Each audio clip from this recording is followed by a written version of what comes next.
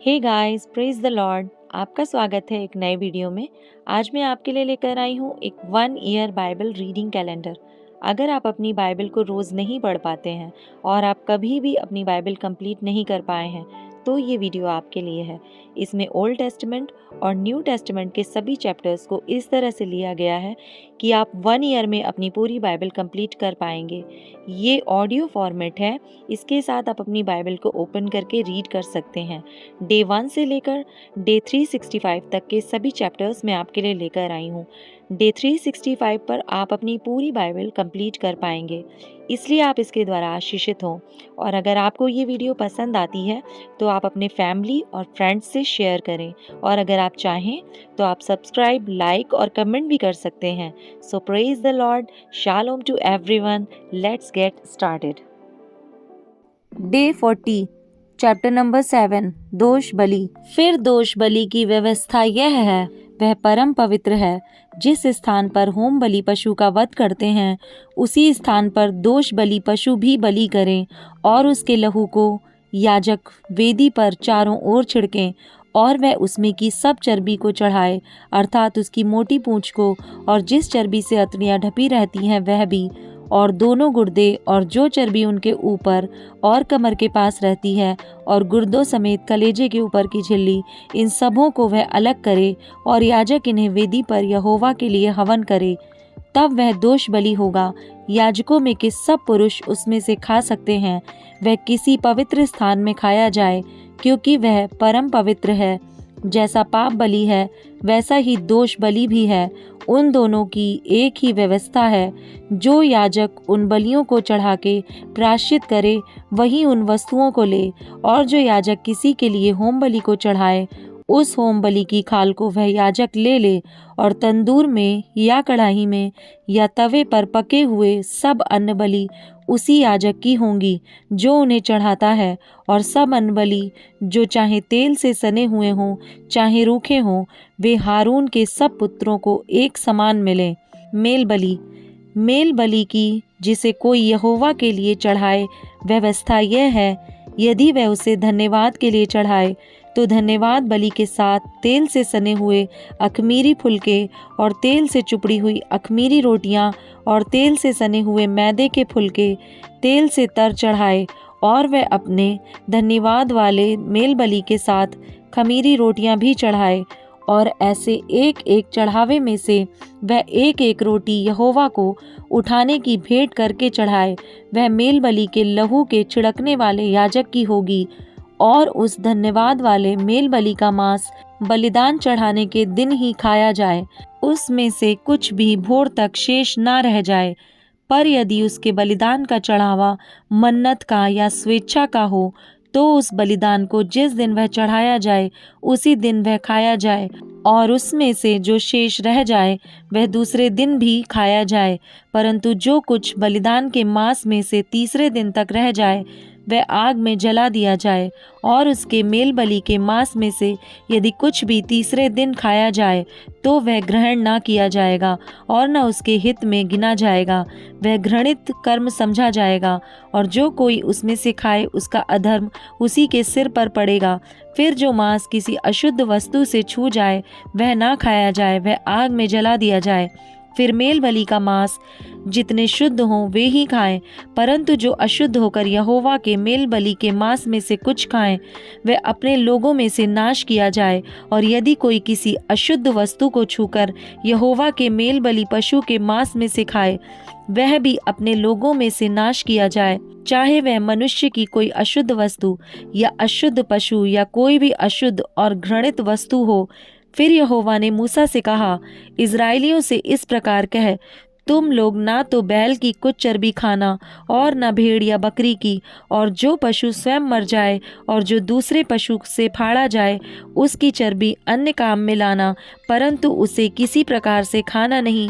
जो कोई ऐसे पशु की चर्बी खाएगा जिसमें से लोग कुछ यहोवा के लिए हवन करके चढ़ाया करते हैं, वह खाने वाला अपने लोगों में से नाश किया जाएगा।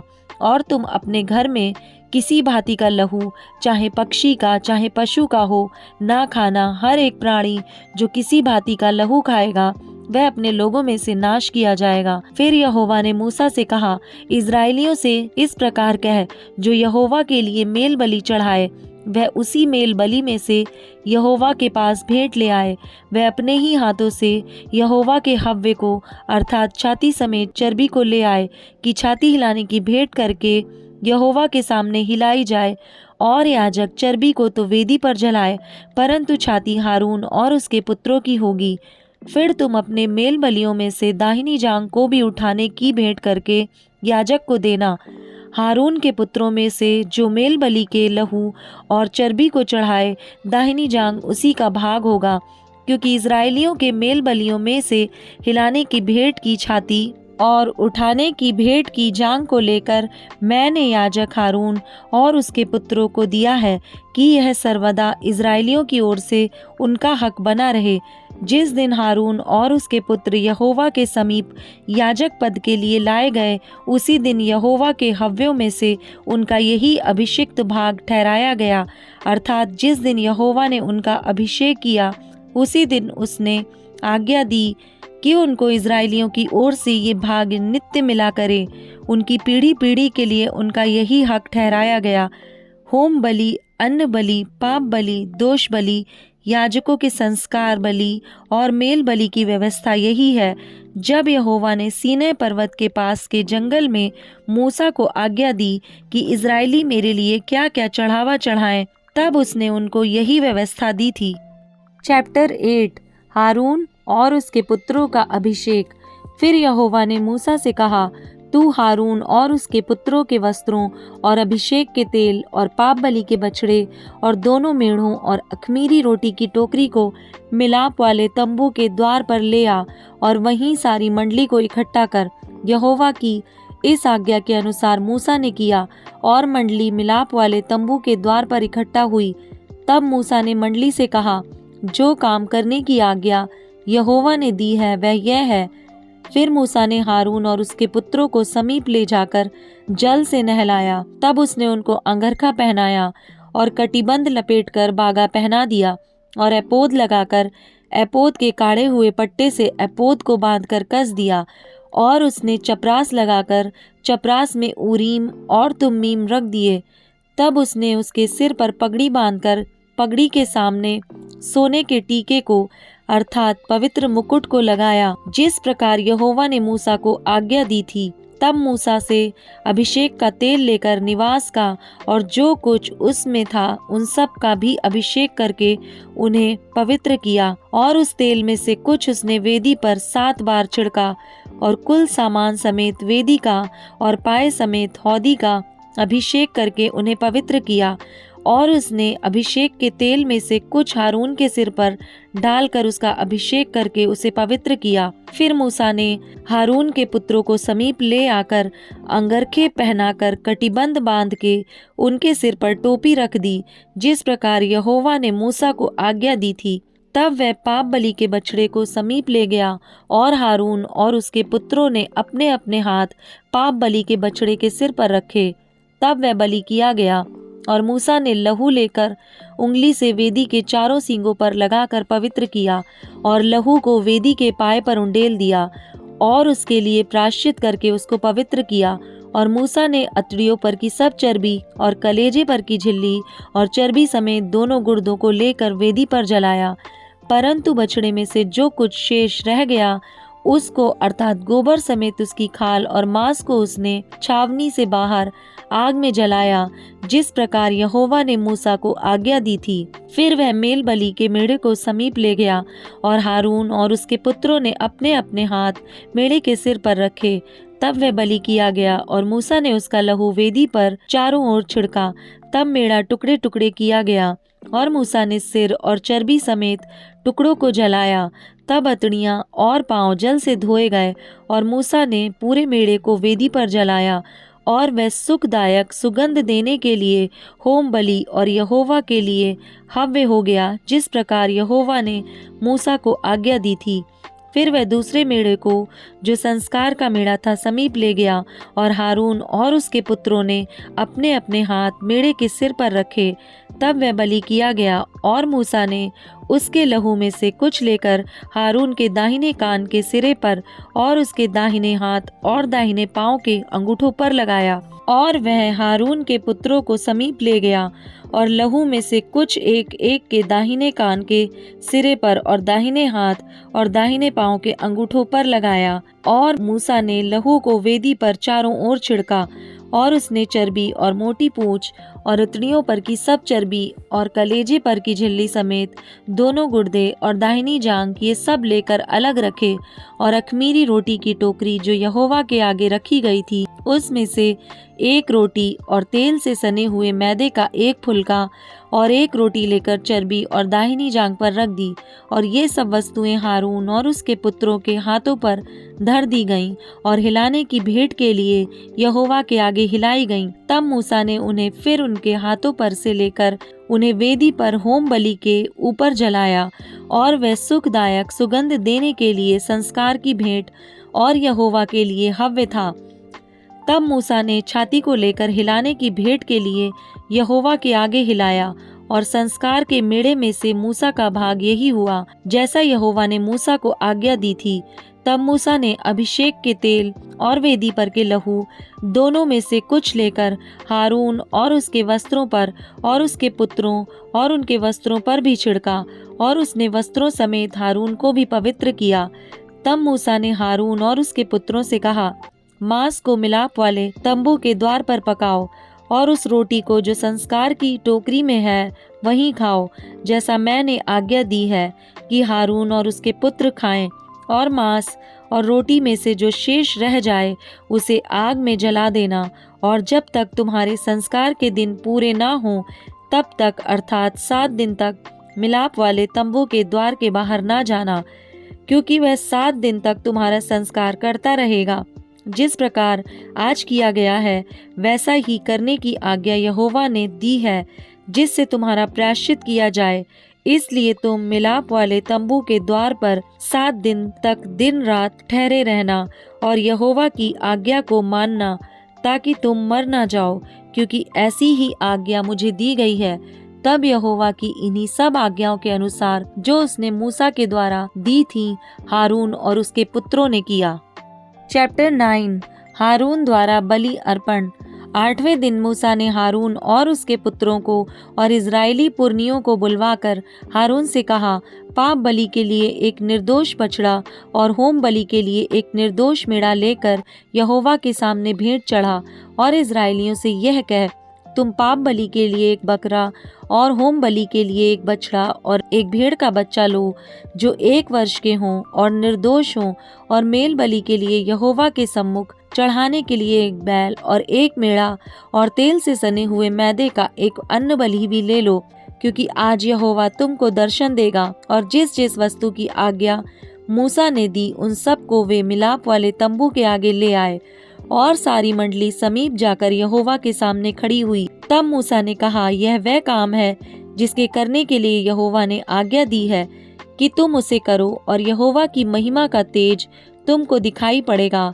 तब मूसा ने हारून से कहा, यहोवा की आज्ञा के अनुसार वेदी के समीप जाकर अपने पाप बलि और होम बलि को चढ़ाकर अपने और सब जनता के लिए प्रायश्चित कर, और जनता के चढ़ावे को भी चढ़ाकर उनके लिए प्रायश्चित कर।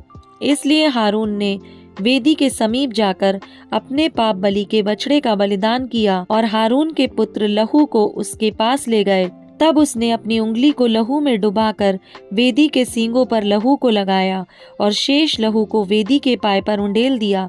और पाप बलि में की चर्बी और गुर्दों और कलेजे पर की झिल्ली को उसने वेदी पर जलाया, जैसा यहोवा ने मूसा को आज्ञा दी थी। और मांस और खाल को उसने छावनी से बाहर आग में जलाया।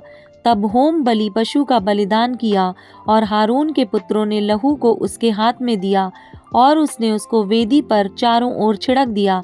तब उन्होंने होम बलि पशु को टुकड़े टुकड़े करके सिर सहित उसके हाथ में दे दिया, और उसने उनको वेदी पर जला दिया।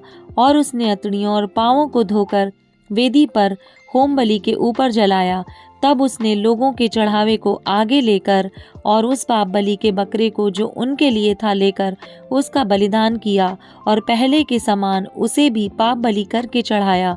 और उसने होम बलि को भी समीप ले जाकर विधि के अनुसार चढ़ाया और अन्न बलि को भी समीप ले जाकर उसमें से मुट्ठी भर वेदी पर जलाया।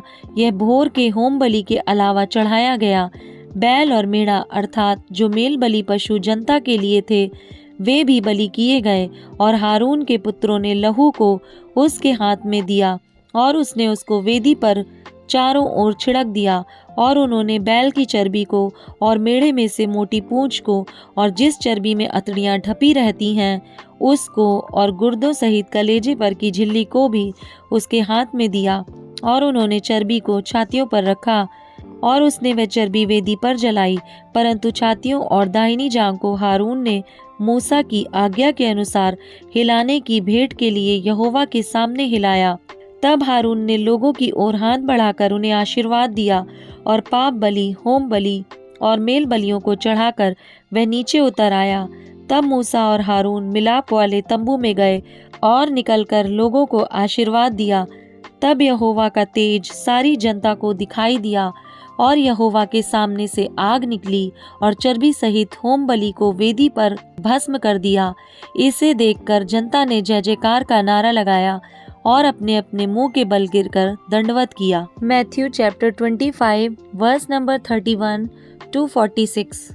न्याय का दिन, जब मनुष्य का पुत्र अपनी महिमा में आएगा और सब स्वर्गदूत उसके साथ आएंगे, तो वह अपनी महिमा के सिंहासन पर विराजमान होगा और सब जातियां उसके सामने इकट्ठा की जाएंगी। और जैसे चरवाहा भेड़ों को बकरियों से अलग कर देता है, वैसे ही वह उन्हें एक दूसरे से अलग करेगा। और वह भेड़ों को अपनी दाहिनी ओर और बकरियों को बाईं ओर खड़ा करेगा। तब राजा अपनी दाहिनी ओर वालों से कहेगा, हे मेरे पिता के धन्य लोगों, आओ उस राज्य के अधिकारी हो जाओ जो जगत के आदि से तुम्हारे लिए तैयार किया गया है। क्योंकि मैं भूखा था और तुमने मुझे खाने को दिया, मैं प्यासा था और तुमने मुझे पानी पिलाया, मैं परदेशी था और तुमने मुझे अपने घर में ठहराया, मैं नंगा था और तुमने मुझे कपड़े पहनाए, मैं बीमार था और तुमने मेरी सुधि ली, मैं बंदी गृह में था और तुम मुझसे मिलने आए। तब धर्मी उसको उत्तर देंगे, हे प्रभु, हमने कब तुझे भूखा देखा और खिलाया, या प्यासा देखा और पानी पिलाया? हमने कब तुझे परदेशी देखा और अपने घर में ठहराया, या नंगा देखा और कपड़े पहनाए? हमने कब तुझे बीमार या बंदी गृह में देखा और तुझसे मिलने आए? तब राजा उन्हें उत्तर देगा, मैं तुमसे सच कहता हूँ कि तुमने जो मेरे इन छोटे से छोटे भाइयों में से किसी एक के साथ किया, वह मेरे ही साथ किया। तब वह बाईं ओर वालों से कहेगा, हे शापित लोगों, मेरे सामने से उस अनंत आग में चले जाओ जो शैतान और उसके दूतों के लिए तैयार की गई है। क्योंकि मैं भूखा था और तुमने मुझे खाने को नहीं दिया, मैं प्यासा था और तुमने मुझे पानी नहीं पिलाया, मैं परदेशी था और तुमने मुझे अपने घर में नहीं ठहराया, मैं नंगा था और तुमने मुझे कपड़े नहीं पहनाए, मैं बीमार और बंदी गृह में था और तुमने मेरी सुधि ना ली। तब वे उत्तर देंगे, हे प्रभु, हमने तुझे कब भूखा या प्यासा या परदेशी या नंगा या बीमार या बंदी गृह में देखा और तेरी सेवा टहल नहीं की? तब वह उन्हें उत्तर देगा, मैं तुमसे सच कहता हूँ कि तुमने जो इन छोटे से छोटों में से किसी एक के साथ नहीं किया, वह मेरे साथ भी नहीं किया। और ये अनंत दंड भोगेंगे, परंतु धर्मी अनंत जीवन में प्रवेश करेंगे।